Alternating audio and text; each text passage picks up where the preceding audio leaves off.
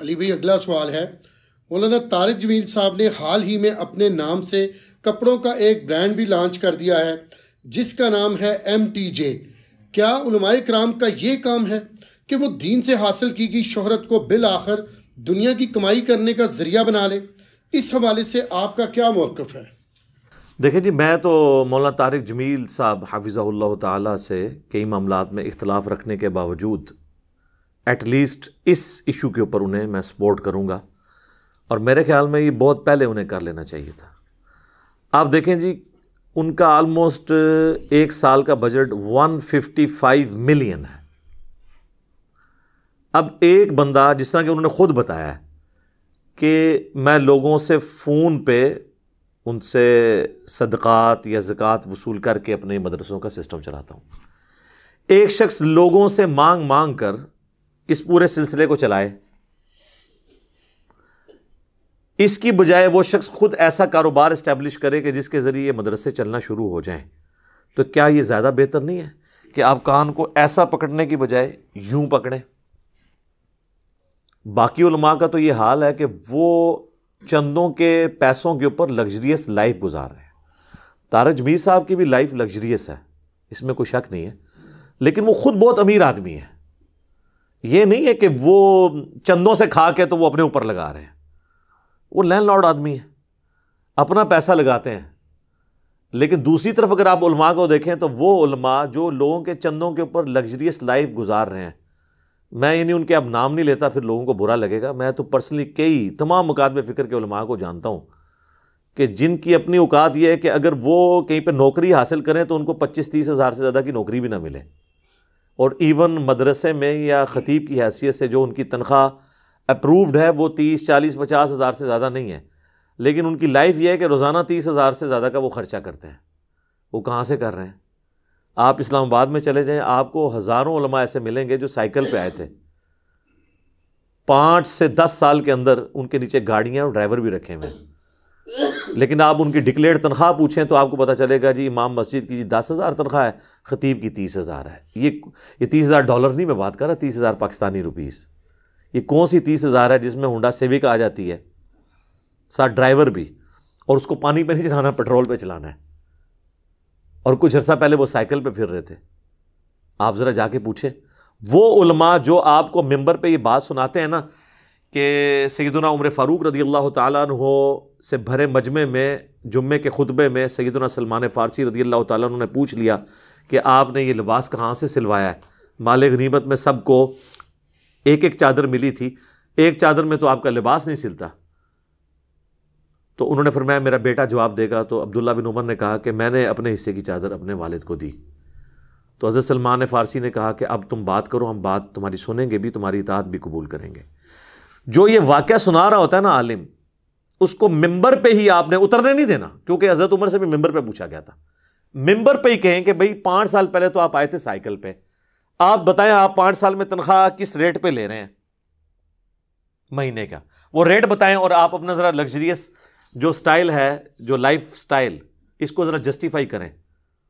تو سر وہ آپ کو کہے گا ذرا آپ کمرے میں تشریف لیں، لیکن کمرے میں آپ نے نہیں جانا، آپ نے وہیں ریکویسٹ کرنی ہے کہ حضرت عمر کی سنت پہ آپ عمل کر کے یہیں جواب دیں۔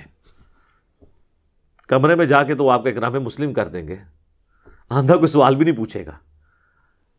تو اس اعتبار سے میں سمجھتا ہوں کہ علماء خود کفیل ہوں، اور آلریڈی آپ دیکھیں کئی مساجد اور مدرسوں کے گراؤنڈ فلور کے اوپر انہوں نے کمرشل ایریا میں شاپس رکھی ہوتی ہیں، اور اس کی انکم سے وہ مسجد کا سسٹم اور مدرسے کا سسٹم چلا رہے ہوتے ہیں۔ یہ تو آلریڈی ہو رہا ہوتا ہے۔ مجھے خود بتایا ان کے بڑے قریبی ساتھی جو ان کے اسسٹنٹ ہیں، مولانا احتشام صاحب حفظہ اللہ تعالی، تو وہ مجھے کہنے لگے کہ میں نے ان کو اسپیشلی فون کیا اس کے لانچ ہونے کے بعد، مولانا طارق جمیل صاحب کا فون بند تھا تو میں نے انہیں کیا، میں نے کہا یہ مجھے بتائیں کہ کیا رسپانس ہے؟ تو وہ کہتے ہیں کہ جی بڑے دیندار قسم کے لوگ ہمیں فون پہ گالیاں نکال رہے ہیں اور کہہ رہے ہیں کہ مولانا نے دین بیچ دیا۔ اچھا، مولانا کاروبار کر رہے ہیں تو دین بیچ رہے ہیں، یہ کون کہہ رہا ہے؟ وہ مولانا حضرات اور ان کے ماننے والے جو لوگوں سے چندے مانگ کے اپنا لگژریس لائف سٹائل اویل کر رہے ہیں۔ یعنی ایک بندہ اس سسٹم سے باہر نکلنے کی کوشش کر رہا ہے، اس کو کہہ رہے ہیں نہیں دوبارہ دھکا دو، یہ اصل میں کیوں کر رہے ہیں؟ اصل میں انہوں نے یہ دیکھا ہے کہ اس طرح تو ہم پھر نمایاں ہو جائیں گے اور لوگ یہ کہیں گے کہ یار طارق جمیل صاحب بھی تو دیکھو نا اپنا کما کے مدرسوں پہ لگا رہے ہیں نا، تم لوگ ہم سے کیوں مانگ رہے ہو، تم بھی کاروبار کرو نا۔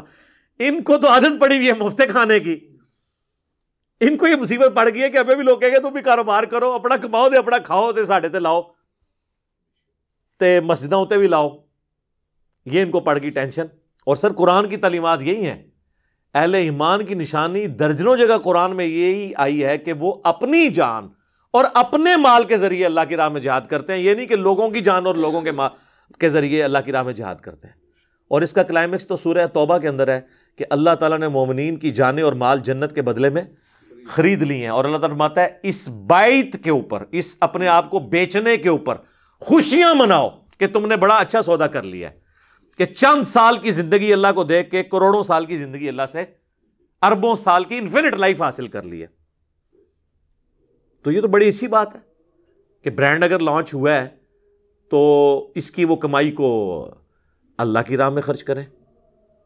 یہ عشاء کی اذانیں شروع ہو جاتی ہیں انشاءاللہ، بقیہ کے سوالات بلکہ اسی کا حصہ انشاءاللہ کنٹینیو کریں گے ہم اذان کے وقفے کے بعد انشاءاللہ تعالی۔ اذان کے وقفے سے پہلے ہم ڈسکشن کر رہے تھے MTJ کے حوالے سے۔ تو میرے بھائیو، آپ انبیاء کرام علیہم السلام کو بھی دیکھیں تو وہ لوگ بھی اس چیز کو فخر محسوس کرتے تھے کہ اپنے ہاتھ سے کمائی کریں۔ قرآن حکیم میں ہے نا کہ اللہ تعالیٰ نے داؤد علیہ السلام کے لیے لوہا نرم کر دیا اور وہ زرہ بنایا کرتے تھے، اور یہی ان کا ذریعہ معاش بھی تھا۔ بلکہ صحیح بخاری میں آتا ہے، نبی صلی اللہ علیہ وآلہ وسلم نے فرمایا کہ سب سے بہترین کمائی انسان کی وہ کمائی ہے جو اپنے ہاتھوں سے کماتا ہے۔ اور پھر حضور علیہ السلام نے کوٹ کیا حضرت داؤد علیہ السلام کو اور کہا کہ داؤد علیہ السلام بھی اپنے ہاتھوں سے کما کے کھایا کرتے تھے۔ اسی طریقے سے صحیح مسلم میں حدیث ہے کہ حضرت زکریہ جو حضرت یحییٰ کے والد تھے وہ بڑھئی تھے، یعنی یہ لکڑی کا کام وہ کیا کرتے تھے، اور اس میں کوئی آر محسوس کرنے والی بات نہیں ہے۔ ہاں، ہمارے محبوب صلی اللہ علیہ وآلہ وسلم بھی پہلے بھیڑ بکریاں چرایا کرتے تھے، اس کے بعد جب آپ کے ذمے یہ بڑی ذمہ داری آ گئی تو پھر آپ کا گزر بسر جو ہے وہ بیت المال سے ہوتا تھا، اور اللہ نے خمس مقرر کر دیا سورۃ الانفال میں نبی علیہ السلام کے لیے 5واں حصہ بیت المال کا۔ ظاہر ہے وہ دین کے لیے وقف تھے، لیکن بعد میں آپ دیکھیں حضرت ابوبکر صدیق رضی اللہ تعالیٰ عنہ کو صحیح بخاری میں آتا ہے کہ جب وہ خلیفہ بنائے گئے تو انہوں نے کہا کہ اے لوگوں، تمہیں خوب معلوم ہے کہ میرا کاروبار اتنا اچھا چل رہا تھا کہ آل ابی بکر اس میں سے گزارا کر رہے تھے، اور اب میرے ذمہ یہ خلافت کی ذمہ داری ہیں۔ تو انہوں نے کہا کہ میں اب اس معاملے کو تو آگے نہیں لے کے چل سکتا کاروبار والا، تو پھر صحابہ نے مشورہ کر کے ان کے لیے ایک وظیفہ مقرر کر دیا جو ایک عام مہاجر کا وظیفہ تھا، اور بخاری کے الفاظ ہیں کہ ابو بکر جو ہیں وہ مسلمانوں کی ذمہ داری پوری کریں گے، اس کے عوض مسلمانوں کے بیت المال سے ان کے گھر والوں کی گزر بسر ہوگی۔ لگژریس لائف نہیں۔ یہ لوگ ہمیں کہتے ہیں جی خلفائے راشدین کا جو گزر بسر ہے وہ ہوتا تھا بیت المال میں سے، تو یہ کیوں بھول جاتے ہیں کہ بیت المال میں سے گزر بسر ہو رہا تھا لیکن وہ سبسسٹنس لیول کے اوپر تھا، انہوں نے اپنی جائیدادیں نہیں بنائی ہوئی تھی، لگژریس لائف نہیں وہ گزار رہے تھے، بلکہ ایک عام مہاجر کی زندگی تھی، ایک مہاجر کی انصار کی زندگی سادہ سے مسلمان کی وہ گزارتے تھے۔ لہٰذا ان کی مثال دے کر اور پھر یہ ان کی اپنی گاڑیوں کو جسٹیفائی کرنا یہ بالکل غلط ہے۔ آپ مثالیں ان کی دیتے ہیں اور کرتوت جو ہیں وہ آپ دوسری پارٹی والے کر رہے ہوتے ہیں، یہ بالکل غلط ایٹیچیوڈ ہے۔ لہٰذا میں سمجھتا ہوں کہ یہ ایک اچھا اقدام ہے MTJ کے حوالے سے، ہمیں اسے سپورٹ کرنا چاہیے۔ باقی علماء کی جو تنخواہ والا معاملہ ہے اس میں میں ضمناً کچھ عرض کر دوں، میں علماء کرام کی یا مسجد کے جو ذمہ داران ہیں ان کی تنخواہوں کے خلاف نہیں ہوں۔ پریفریبل بہتر یہ ہے کہ وہ خود کریں، اس کو پارٹ ٹائم کے طور پہ ایک رکھیں۔ نماز تو انہوں نے اپنی بھی پڑھنی ہے، اور یہ بات درست ہے کہ نماز کی اجرت لینا تو حرام ہے، فقہ حنفی میں بھی حرام ہے۔ یہ تو بعد کے جو متاخرین علماء ہیں انہوں نے اس کا جواز نکالا۔ امام حنیفہ کے نزدیک وہ خود بھی مانتے ہیں کہ وہ امام مسجد کی تنخواہ کو جائز نہیں سمجھتے تھے۔ اب رہ گیا کہ خلفائے راشدین کے زمانے میں جو مسجد کے ساتھ لوگ اٹیچ تھے ان کا وظیفہ آتا تھا بیت المال سے، تو وہ مکمل طور پہ مسجد کی ذمہ داری اٹھائے ہوئے ہوتے تھے، وہ نماز پڑھانے کی تنخواہ نہیں ہوتی تھی۔ وہ آج بھی ہم تیار ہیں، اگر کوئی شخص مسجد میں لوگوں کو قرآن پڑھاتا ہے، اور اسی طریقے سے نمازی جو مسجد میں نہیں آتا اس کے گھر میں جا کے پوچھتا ہے کہ کیا مسئلہ ہے آپ کو، مسجد میں بیٹھ کے لوگوں کو دین سکھاتا ہے اور اس پورے علاقے کے لوگ دینی معاملات میں اس کی طرف رجوع لاتے ہیں، تو ظاہر ہے کہ عوام کی ذمہ داری ہے کہ اس کو وہ تنخواہ دیں اور اس کی ذمہ داریاں بیسک نیڈز، اس کے بچوں کی تعلیم. میں یہ نہیں کہتا کہ بالکل فقیروں والی زندگی، ایک عام جو اچھی زندگی ہے وہ اس کو دیں، بہت لگژریس نہیں لیکن عام زندگی تو دیں، خرچہ اس کا اٹھائیں. میں سمجھتا ہوں کہ آج کے دور میں کم از کم 50,000 تنخواہ ایک امام مسجد کی ہونی چاہیے، بشرطے کہ وہ قرآن و سنت سکھائے، بابوں کی کہانیاں نہ سکھائے، اور وہ وہی کچھ کرے جو کتاب و سنت میں آیا ہوا ہے، تب، ورنہ نہیں. تو ہم تو اس کے حق میں ہیں. امام مسجد کی تنخواہ نماز پڑھانے کی نہیں، اس لیے کہ نماز تو اس نے خود بھی پڑھنی تھی اور جماعت سے پڑھنی تھی، پیچھے کی بجائے آگے کھڑا ہو گیا. آپ کالجز میں، یونیورسٹیز میں دیکھیں، اکثر جگہ اسٹوڈنٹس ہی جماعت کروا رہے ہوتے ہیں، کوئی امام مسجد نہیں ہوتا. ایون ہمارے مدارس میں بھی اکثر جگہ امام مسجد نہیں ہوتے ہیں، مختلف ٹیچرز کی ڈیوٹیز ہوتی ہیں جن کو تنخواہ تو ٹیچنگ کی ملتی ہے، لیکن پارٹ ٹائم جس کی قرات اچھی ہے اس کو کہتے ہیں تم فجر اور مغربی عشاء پڑھانا، دوسرے کو کہتے ہیں تم سرن نمازیں جو آ رہی ہیں ظہر اثر کی وہ پڑھا لینا. اسپیسیفک نہیں رکھا ہوتا، یا کبھی کوئی اسٹوڈنٹ پڑھا دیتا ہے بغیر تنخواہ کے، کیونکہ معاملہ خطرناک ہے. سنن نسائی کے اندر حدیث ہے جو مشکات میں موجود ہے اور المستدرک للحاکم میں بھی ہے، اور امام حاکم نے اسے امام مسلم کی شرط پہ اس حدیث کو صحیح کہا ہے کہ نبی صلی اللہ علیہ وآلہ وسلم نے فرمایا کہ اپنا مؤذن کسی ایسے شخص کو مت رکھنا جو اذان دینے کی اجرت لے. اگر اذان دینے کی اجرت نہیں لی جا سکتی تو نماز تو اس سے بڑی چیز ہے، اس کی اجرت کیسے ہو سکتی ہے؟ اور اکثر ہماری مساجد میں مؤذن جو ہے وہ فی سبیل اللہ ہی ہوتے ہیں، بلکہ بابے آپس میں لڑ رہے ہوتے ہیں، میں اذان دینی ہے، اس نے اذان دینی ہے. مسجد کا خادم پارٹ ٹائم اذان ضرور دیتا ہے، لیکن اس کی ڈیوٹی کیا ہوتی ہے؟ مسجد کی صفائی، ٹوائلٹس کی صفائی، صفوں کو سیدھا کرنا. اور جب کبھی کوئی مؤذن نہیں ہوتا وہ اذان بھی دیتا ہے، وہ تنخواہ اذان کی نہیں لے رہا ہوتا اور نہ وہ لے سکتا ہے، یہ حلال ہی نہیں ہے. باقی دین کی خدمت کے عوض آپ لے سکتے ہیں، اور اس کی اصل وہ حدیث ہے جو بخاری اور مسلم دونوں میں ہے، اور صحیح بخاری میں ذرا ڈیٹیل کے ساتھ آئی ہے، مسلم میں موجود ہے یہ، کہ کچھ اصحاب جا رہے تھے تو پانی کے ایک گھاٹ کے پاس انہوں نے ایک قبیلے کے سردار کو دیکھا کہ اسے سانپ یا بچھو نے کاٹ لیا تھا اور وہ قریب المرگ تھا آلموسٹ اس تکلیف کی وجہ سے. تو انہوں نے کہا کہ تم قافلے والوں میں کوئی اگر کوئی جھاڑ پھونک کر سکتا ہے، یعنی کوئی دم ڈال سکتا ہے تو اس کو دم ڈال دے. تو ایک صحابی نے کہا کہ میں اسے دم ڈالوں گا لیکن اس کے عوض میں بکریوں کا ایک ریوڑ تم سے لوں گا. تو انہوں نے کمٹ کر لیا، اس نے دم ڈالا سورۃ الفاتحہ پڑھ کے، تو اس کو شفا ہوگی، گویا کہ مردہ زندہ ہو جاتا ہے. پھر وہ بکریوں کا ریوڑ لیا تو کئی صاحب نے کہا تم نے کتاب اللہ کی اجرت لے لی ہے، تو ہم اس ریوڑ سے کچھ نہیں لیں گے یہاں تک کہ رسول اللہ کے پاس پہنچ جائیں صلی اللہ علیہ وآلہ وسلم. جب آپ علیہ السلام کے پاس پہنچے تو صحیح بخاری کے الفاظ ہیں، آپ علیہ السلام نے فرمایا کہ سب سے بہترین چیز جس سے تم اجرت حاصل کرتے ہو وہ اللہ کی کتاب ہے.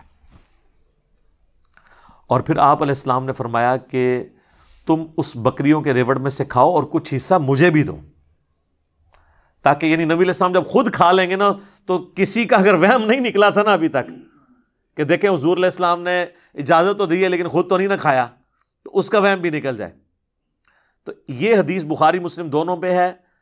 اس حدیث سے ہمارے اسلاف نے یہ رزلٹ نکالا ہے کہ قرآن کا دم کر کے اس کی اجرت لی جا سکتی ہے. یہ جو تعویذ دھاگے کر کے اجرت لے رہے ہیں وہ غلط ہے. قرآن کا دم ہو، وہ تو پتہ نہیں اس میں کیا کیا شرکی الفاظ پڑھتے ہیں اور کیا کیا وہ نمبروں کے تعویذ لکھتے ہیں اور دلیل اس حدیث سے پکڑتے ہیں، تو یہ تو بالکل غلط بات ہے. یہ دو بالکل الگ چیزیں. اصل چیز کو آپ دیکھیں سر، نکاح اور زنا میں بھی صرف معمولی سے ہی فرق ہے نا، ایجاب و قبول کا اور حق مہر کا، لیکن زمین آسمان کا فرق ہو جاتا ہے. لہٰذا یہ والی اجرت لینا، اور یہ تو وہ لوگ ہیں جو سورہ فاتحہ جو ہے وہ تجوید کے ساتھ پڑھ نہیں سکتے، نہ اس کا ترجمہ بتا سکتے ہیں. انہوں نے کہاں پہ دم کر کے تو اجرتیں ڈیمانڈ کی ہوئی ہیں لوگوں کی. لہٰذا یہ جماعت المسلمین والوں کا یہ موقف کہ امام مسجد تنخواہ نہیں لے سکتا، پارشلی درست ہے کہ نماز پڑھانے کی تنخواہ نہیں لے گا، لیکن اگر کوئی نماز پڑھانے کی بھی تنخواہ لے رہا ہے اس کی تنخواہ تو غلط ہے، لیکن ایسے امام کے پیچھے نماز درست ہوگی، اس کی غلطی کا وبال اس پہ ہوگا. یہ کسی حدیث میں نہیں ہے کہ آپ کی نماز نہیں ہوگی.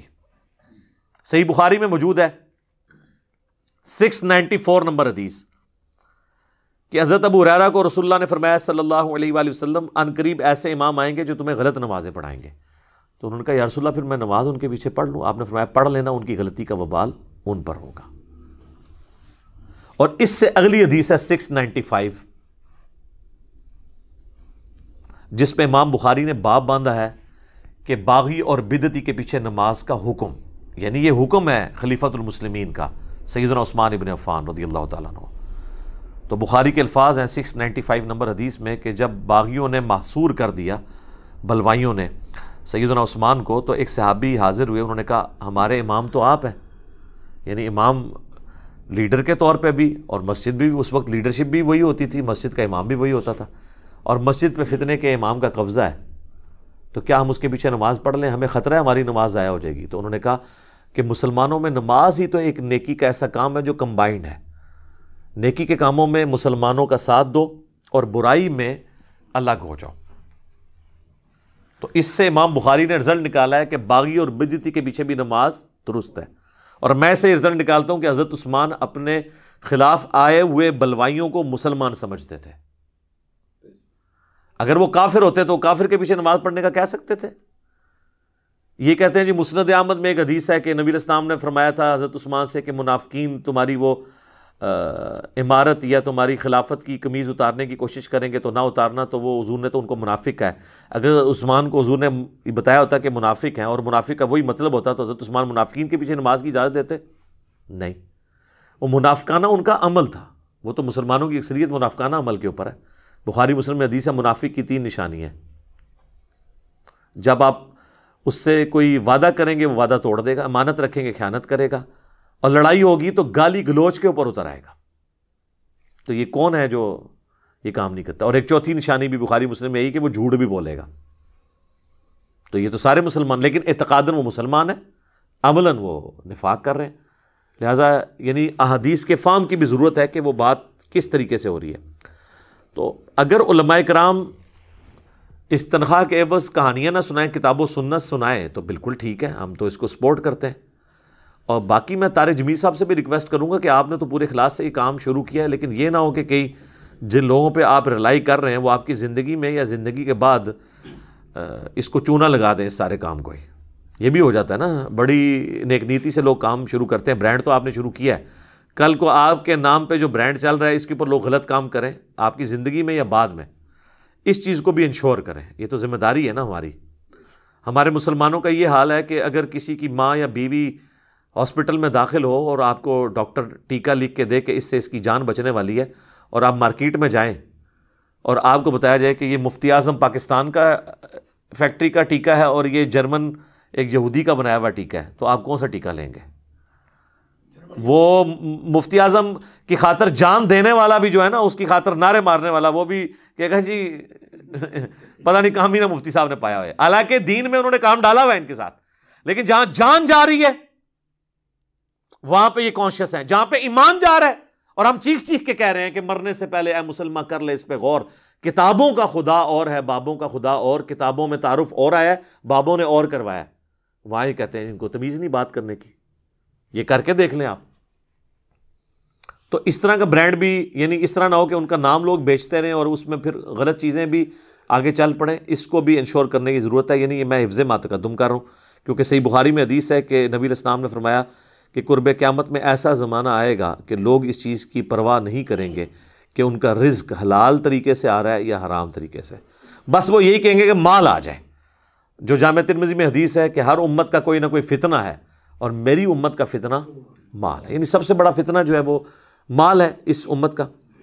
تو میں ریکویسٹ کروں گا طارق جمیل صاحب سے کہ وہ بھی یعنی یہ اپنے MTJ جو برانڈ ہے اس کے اوپر کڑی نظر رکھیں. اور باقی علماء سے بھی کہوں گا کہ آپ لوگ بھی تھوڑا سا اس میدان میں اتریں اور فائدہ ہوگا اس حوالے سے. میں نے تو دیکھا ہے جنید جمشید صاحب نے بھی جو برانڈ لانچ کیے ہیں وہاں پہ بھی میں بعض اوقات جانے کا اتفاق ہوا ہے، تو کئی جگہ پہ ماشاءاللہ پورے باشرہ لوگ ملتے ہیں. خوشی ہوتی ہے کہ یار چلو دیندار لوگوں کو جابز ملی ہوئی ہیں، ورنہ تو عام پرائیویٹ اداروں کے اندر تو داڑھی والے کو یا جس کے کپڑے شلوار ٹخنوں سے اوپر ہو اس کو کوئی اچھی نظر سے نہیں دیکھتے.